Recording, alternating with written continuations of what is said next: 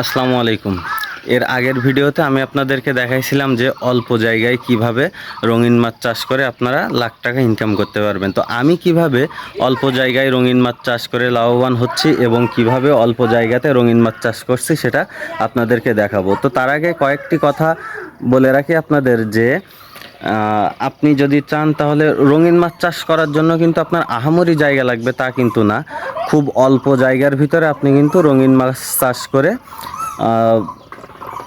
লাভবান হতে পারেন। তো আমি প্রথমে কিন্তু শখের বশে কিছু মাছ চাষ করছিলাম এবং বললে আপনারা বিশ্বাস করবেন কিনা জানি না, আমি কিন্তু ককসিটের মধ্য দিয়ে চাষ করছিলাম এবং মাছের যে ক্যারেটগুলো আছে মাছের ক্যারেটে পলিথিন দিয়ে তারপরে কিন্তু মাছ চাষ করছিলাম। তো আজকে কিন্তু তার থেকে আমি ইনকাম করে হাউস তৈরি করছি এবং মাছ চাষ করছি। সো চলেন আর বেশি কথা না বাড়াই আমি আপনাদেরকে মূল ভিডিওতে নিয়ে যাই। তো চলুন আমরা দেখি আমি কিভাবে আমার সেই এর আগের ভিডিও দেখলে আপনারা বুঝতে পারবেন যে আমার মাছে যে ছোট ছোট বাচ্চাগুলো দিছিল সেই বাচ্চাগুলো এখন কত বড় হয়েছে।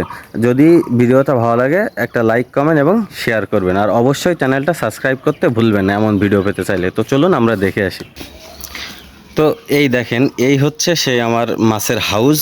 আর এই যে ককসিটটা দেখছেন, এই ককসিটের ভিতরে কিন্তু মা মাছগুলো আছে। মা মাছ দুইটা প্যারেন্টস রেখে দিছি আমি, তিনটা প্যারেন্টস রেখে দিছি যাদের থেকে বাচ্চা নিই। আর যে এর আগের ভিডিওতে আপনারা দেখছিলেন ছোটো ছোটো ধানিপোনা, সেই ধানিপোনাটা দেখেন এইগুলা কিন্তু আবার বিক্রয়যোগ্য হয়ে গেছে। চাইলেই কিন্তু আমি এখন এগুলো বিক্রি করে দিতে পারি, বাট আমি এগুলো এখন বিক্রি করছি না।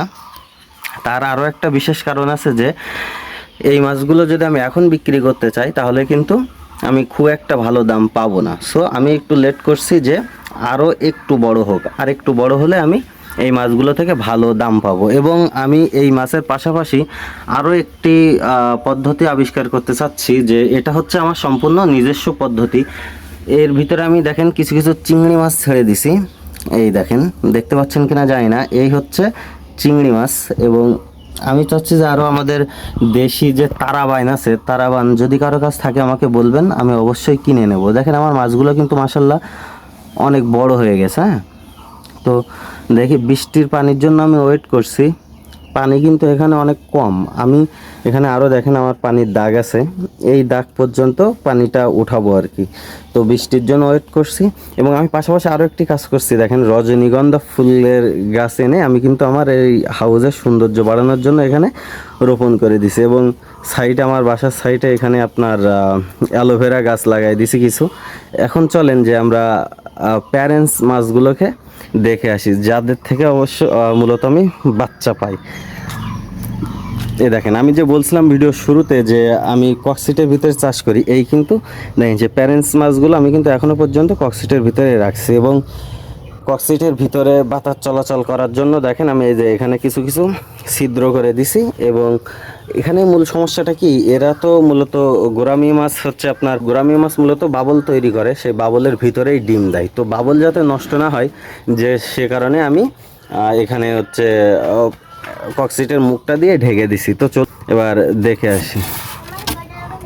এই দেখেন, এরা কিন্তু বাচ্চা তৈরি করার জন্য প্রস্তুত। আরও একটি, এই যে দেখেন এখানে কিন্তু প্রচণ্ড বাবল তৈরি করছে এরা। আর এই বাবল থেকেও কিন্তু আবার নতুন বাচ্চা দেবে এরা। দেখেন বাবলগুলো পুরো ককসিট জুড়েই কিন্তু বাবল। ককসিটটা পরিষ্কার করিনি, অবশ্য পরিষ্কার করলে আমার এই বাবলগুলো নষ্ট হয়ে যেত, যে কারণে বাবলগুলো পরিষ্কার করা ককসিটটা পরিষ্কার করা হয়নি। দেখেন একটু লক্ষ্য করলে আপনারা বুঝতে পারবেন যে আমার ওই যে এইটা কিন্তু মূলত আমার মেল মাছ। আর যে ফিমেল মাছ দুইটা আছে, ফিমেল মাছ দুইটা দেখুন অলরেডি কিন্তু ওদের পেট ডিমে লোডেড, ডিম কিন্তু ওদের পেটে লোড। তো এই লোড ডিমগুলা ওরাই কিন্তু এই বাবলের ভিতরে ছাড়বে। যে মেল মাছটা কিন্তু মূলত বাবল তৈরি করে, আর ফিমেলগুলো ডিম দিলে বাবলগুলো কিন্তু দেখেন এখানে কিন্তু পোকা পড়ছে।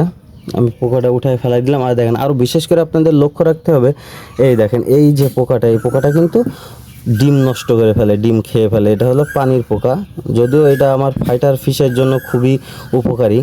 আমার ফাইটার ফিশ যখন আমি ব্রিডিংয়ে দেই তখন কিন্তু এই পোকাগুলো আমি কালেক্ট করি। হ্যাঁ, দেখেন এই মেল মাছটা কিন্তু অলওয়েজ আপনার হলো এই বাবলের নিচে থাকতেছে। হ্যাঁ, তো ঠিক আছে, আজকের ভিডিও এই পর্যন্তই। যদি ভিডিওটা ভালো লাগে অবশ্যই একটা লাইক, কমেন্ট এবং একটি শেয়ার করে যাবেন। আল্লাহ হাফেজ।